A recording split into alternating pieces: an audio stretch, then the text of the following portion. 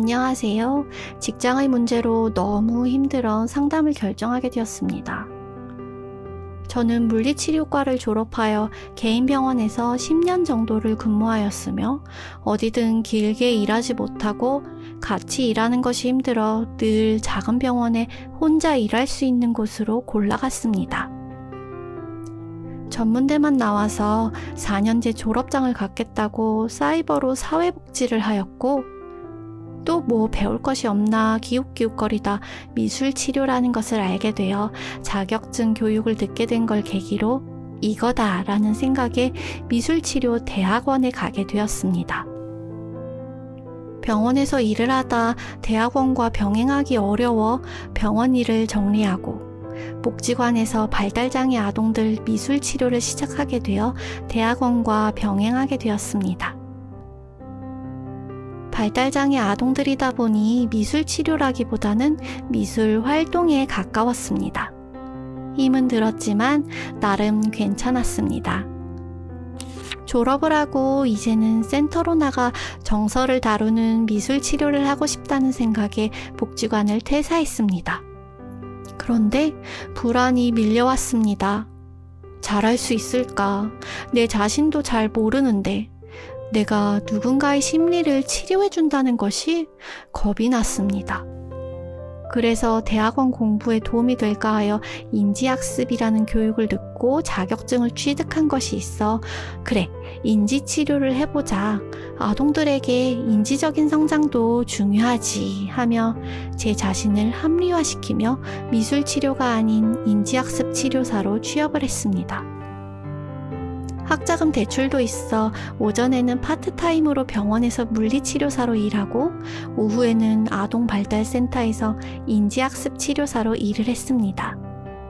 오전 일은 토요일까지 하고 오후 일은 월요일에서 목요일까지 하고 금요일 오후 여유가 그렇게 좋을 수가 없었습니다. 아이들에게 뭘 해줘야 할지 하는 어려움은 늘 있었지만 아이들과 하는 시간이 그래도 보람이 있었습니다.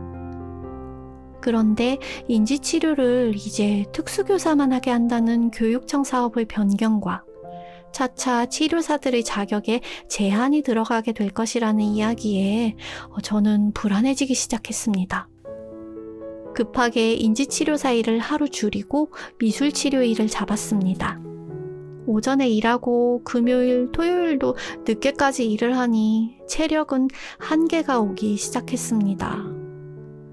또 새로 들어간 센터는 서류 관리가 너무 철저하여 원장님의 터치도 좀 심했습니다. 더군다나 아무것도 없다고 생각하니 더 힘들고 부모 상담 시간이 너무 힘들었습니다.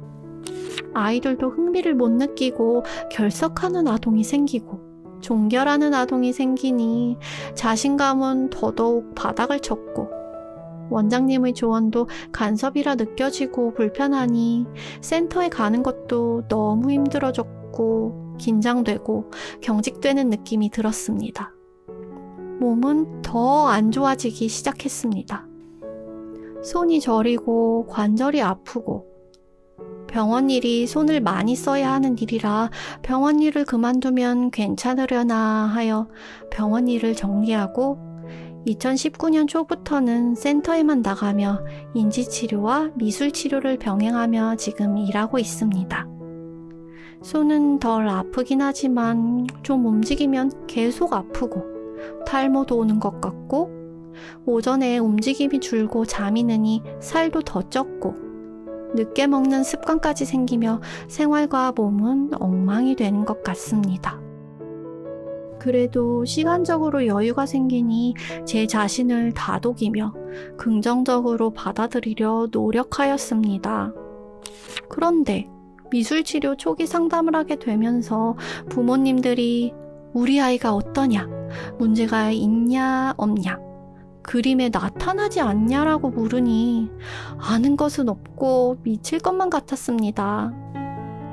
너무 힘들다고 느껴지니 책을 찾아 공부할 생각도 못하고 팟캐스트만 듣고 있습니다.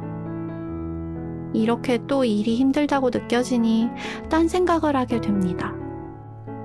다 정리하고 시골에 가서 가게를 고쳐 카페를 하며 좀 쉴까? 나는 미술 치료보다는 인지 쪽이 맞는 것 같아. 사람들과 같이 일하는 것도 싫어하니 그냥 집에 공부방을 차려 아이들을 가르칠까? 이런 생각까지 하기에 이르렀습니다. 박사님, 저는 어떤 결정을 내려야 할까요?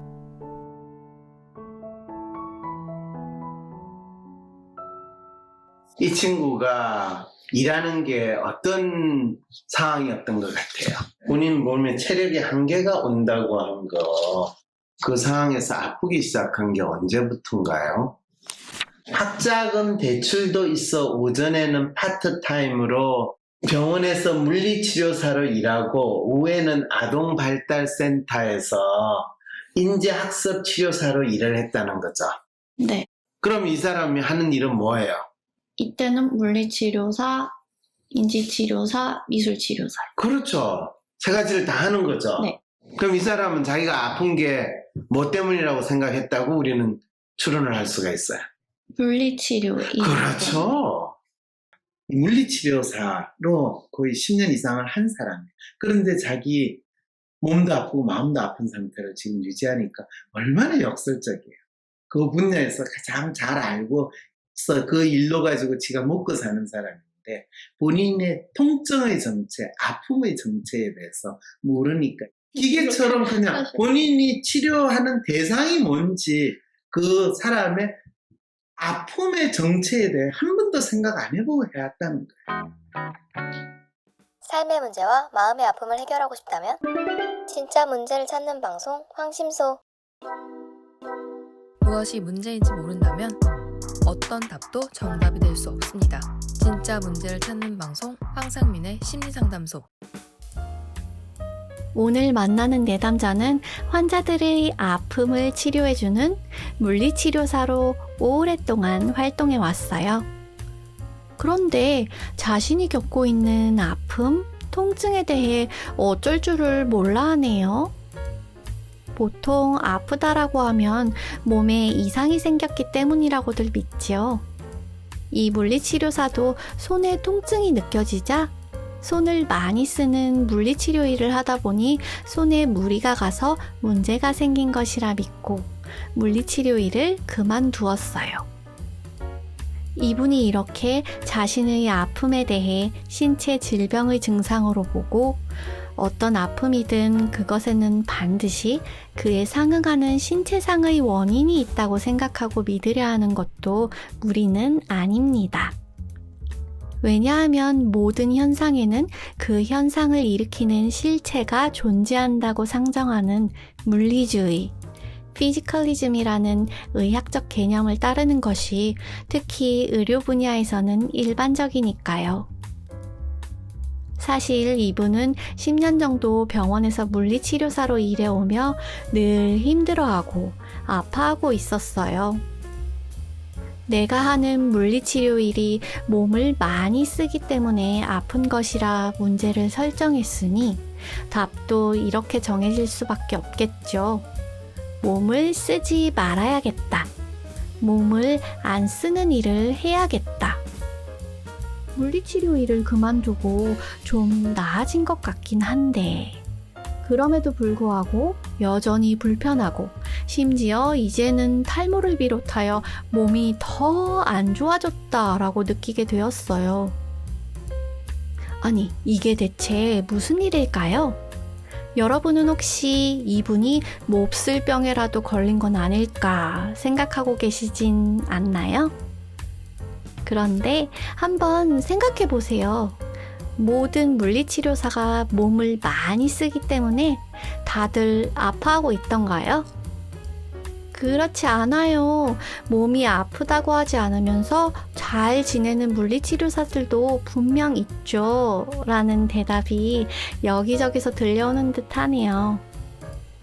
이를 다시 이야기하면 물리치료 일을 하기 때문에 몸이 아픈 것이 아니라 자신이 하는 일에 의미 부여를 하지 못하고 제대로 하지 못한다 여기니까 몸이 아파지는 것이지요. 몸이 아프다라는 것은 정확하게 그 사람의 마음의 갈등이나 아픔에 대해서 몸이 반응을 해주는 것이거든요. 신체적으로 아프거나 또는 사회적으로 심리적으로 내가 가지고 있는 갈등이나 이 모든 것을 우리가 아픔이라고 생각을 해봐요. 우리는 보통 병에 걸렸다, 아프다라는 걸 신체적인 문제만 생각하거든요. 우리는 그동안 너무 쉽게 몸이 아픈 것만이 아픈 것이라는 생각을 해왔죠. 하지만 아프다는 건 몸뿐만이 아니라 마음도 아플 수 있고, 심지어 몸이 아플 때조차 그것은 마음의 아픔이 반영되어 나타나는 것이라는 걸 이 물리치료사의 사례를 통해 잘 알 수 있습니다.